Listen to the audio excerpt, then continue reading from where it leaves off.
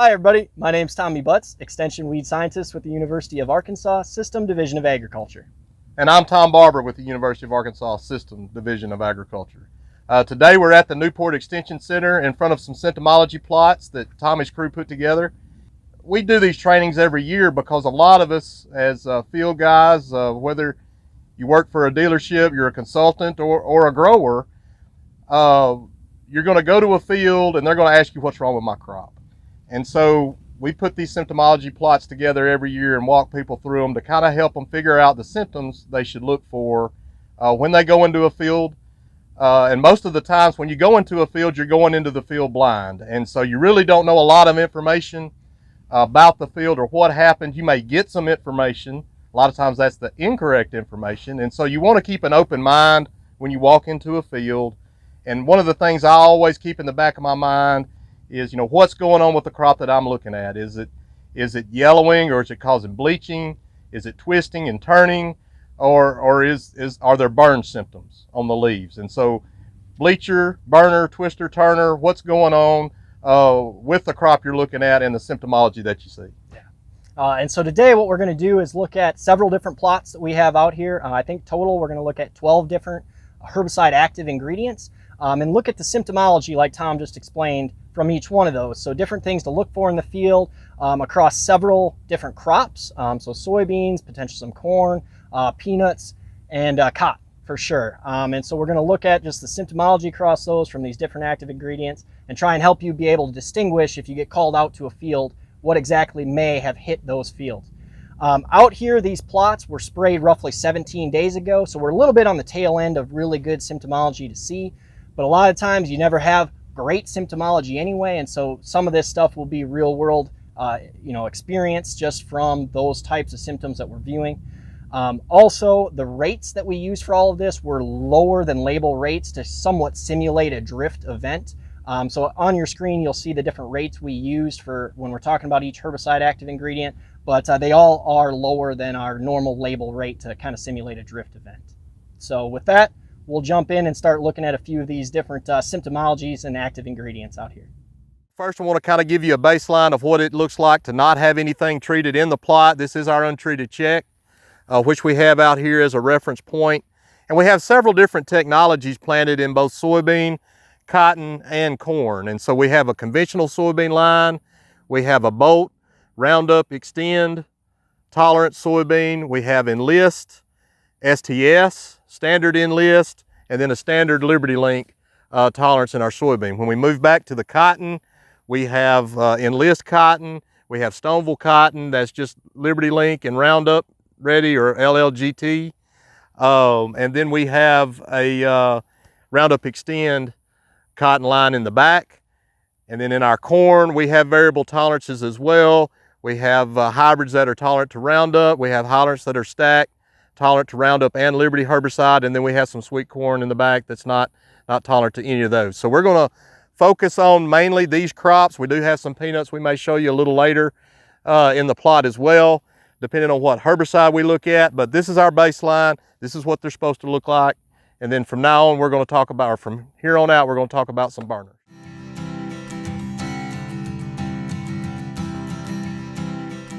Okay, we're going to start out our symptomology video today looking at burners. And in the beginning, we talked about how to split the symptomology you're seeing in the field out into a burner category, a twister turner, a bleacher, maybe a yellower. So first we're going to talk about burners. And the first one we're going to talk about is paraquat, which is commonly sprayed as gramoxone, is a common trade name for paraquat. And so when we talk about paraquat or gramoxone, there is no crop that is tolerant other than peanuts in season that we spray gramoxone on. And so we may do some up close shots of peanuts here in a minute and show you that those are fairly tolerant. Now, one thing about gramoxone is a very fast acting herbicide. These plots were put out later in the summer, plenty of sunlight, and so we had immediate burn.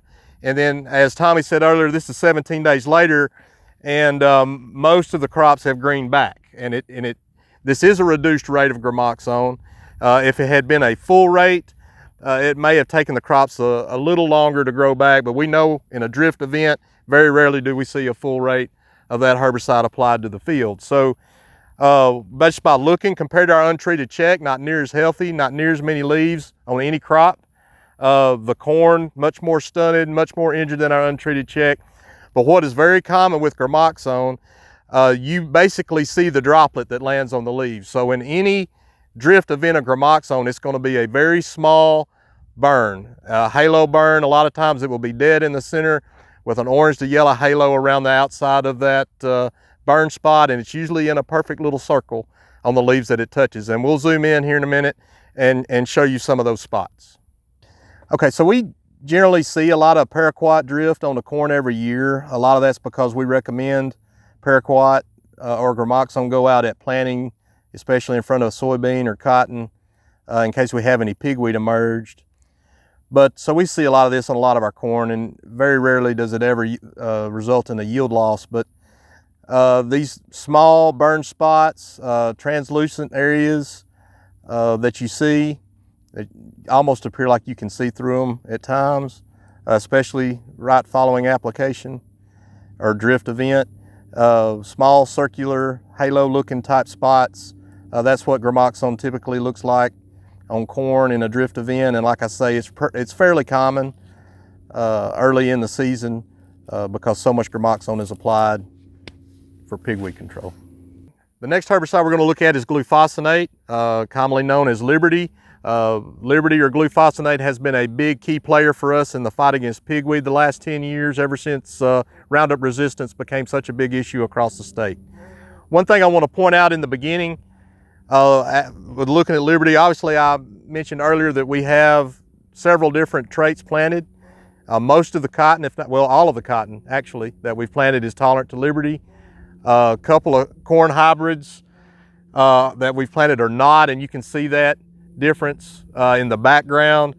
The Pioneer hybrid planted has both Roundup and Liberty tolerance, so it's much healthier than the ones right in front of it, which is just a decab Roundup Ready. We mentioned earlier, and we'll scroll to this in a minute, how gramoxone or paraquat is labeled in peanuts.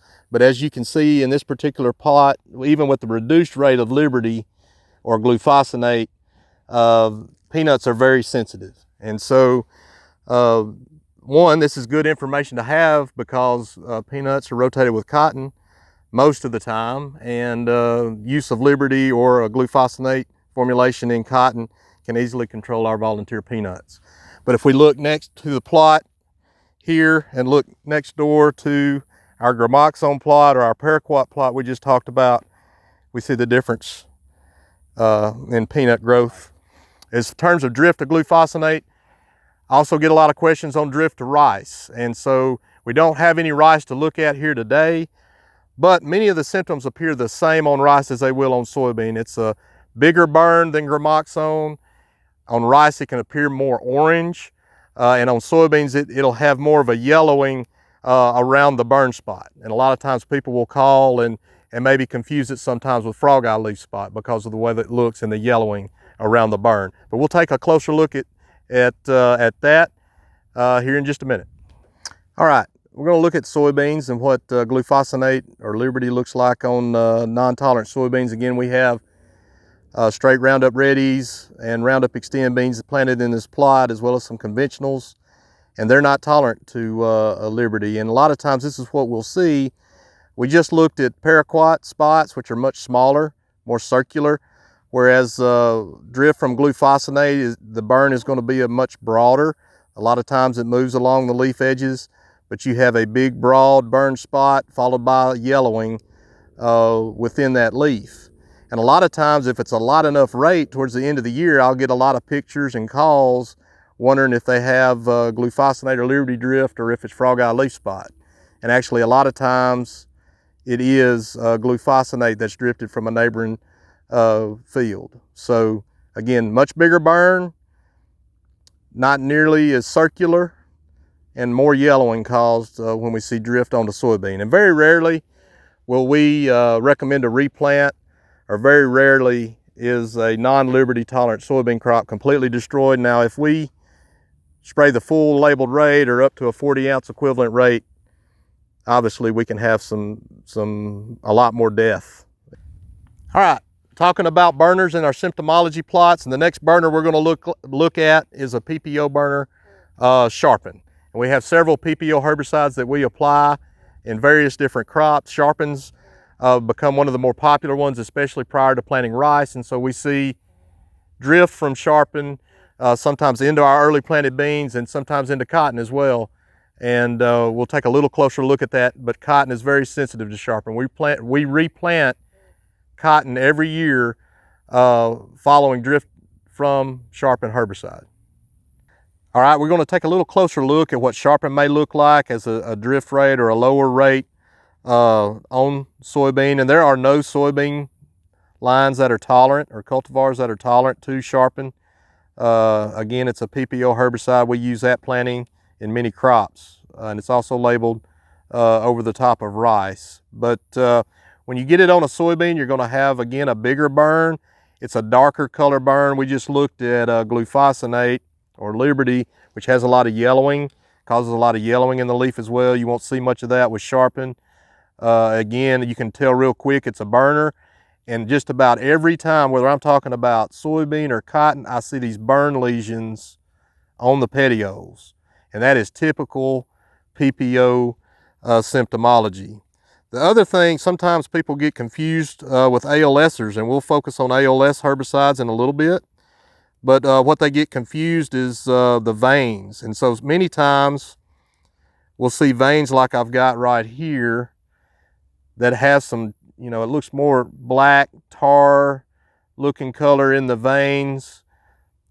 Okay, they're not really red or purple, but they do have some blackening in the veins with these PPOs sometimes. So sometimes if you didn't have the burn and all you saw were those veins, you would think, well, I may have an ALS here, but it's not. And the other thing we can see is even on the up by where the trifoliate breaks off of the petiole, those veins there can be real dark, black tar looking veins.